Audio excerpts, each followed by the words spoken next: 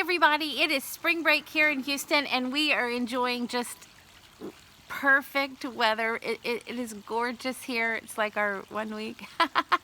No, it's really nice here. But beautiful weather, totally relaxing. And but I wanted to jump on and do our March 5 seconds of scripture. A couple of weeks ago, my husband and I traveled with some friends to Italy, and we went to this town called Siena, Italy. And the town is up on the top of a hill, kind of a mountain-looking thing. I would call it a mountain, but maybe a hill. I'm not sure.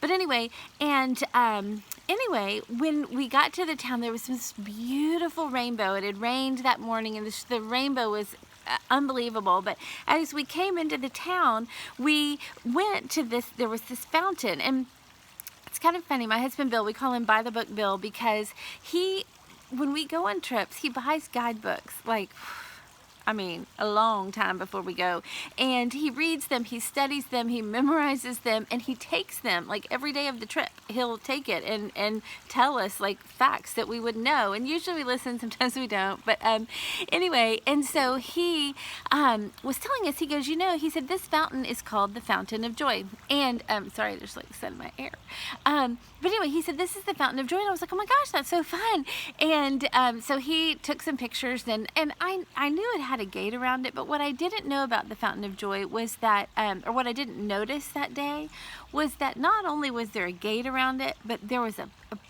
padlock.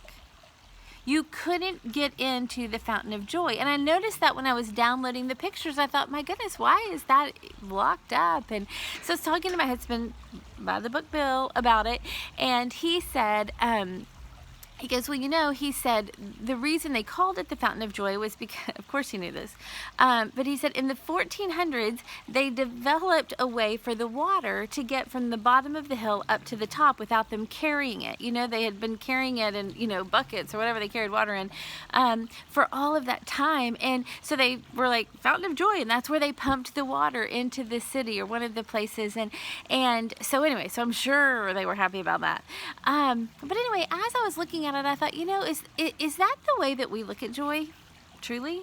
I mean, do we look at it as some of us, or maybe sometimes in our life, as having a gate around it, or it being locked with a padlock and we don't have the key, and just wondering, I mean, how are we ever going to have the joy that exists over there on the other side of the fence, because we don't have that key? But here's what I want to tell you. You do have the key. If you have Jesus in your life, let me tell you, he is the gatekeeper. He's got the key. It's the key to that lock that lets you into that fountain, and you can literally swim, if you want, in the Fountain of Joy. It is yours. It is yours.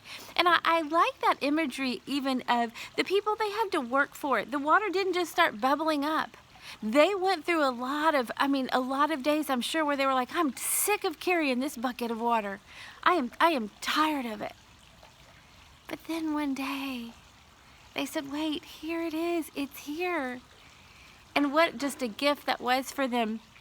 There's a verse in John just talking about Jesus being the gatekeeper, and it says in John 10 verse 3, it says, the gatekeeper opens the gate for him, and the sheep listen to his voice. He calls his own sheep by name, and he leads them out. And then it goes down in verse 7, Jesus is saying this to the Pharisees. He's teaching them, and he says, therefore Jesus said again, very truly I tell you, I am the gate for the sheep. Like he's the gate. He's the joy. He's got the key. We're the sheep. And he can provide that joy for us. So if you're in a spot where you feel like that there's a lock or at least a gate around your joy, I just want you to know that Jesus has got his eyes on you. He's saying, I want to let you into the fountain. He is our joy. So that is 5 seconds of scripture for March, and I will see y'all later. Bye.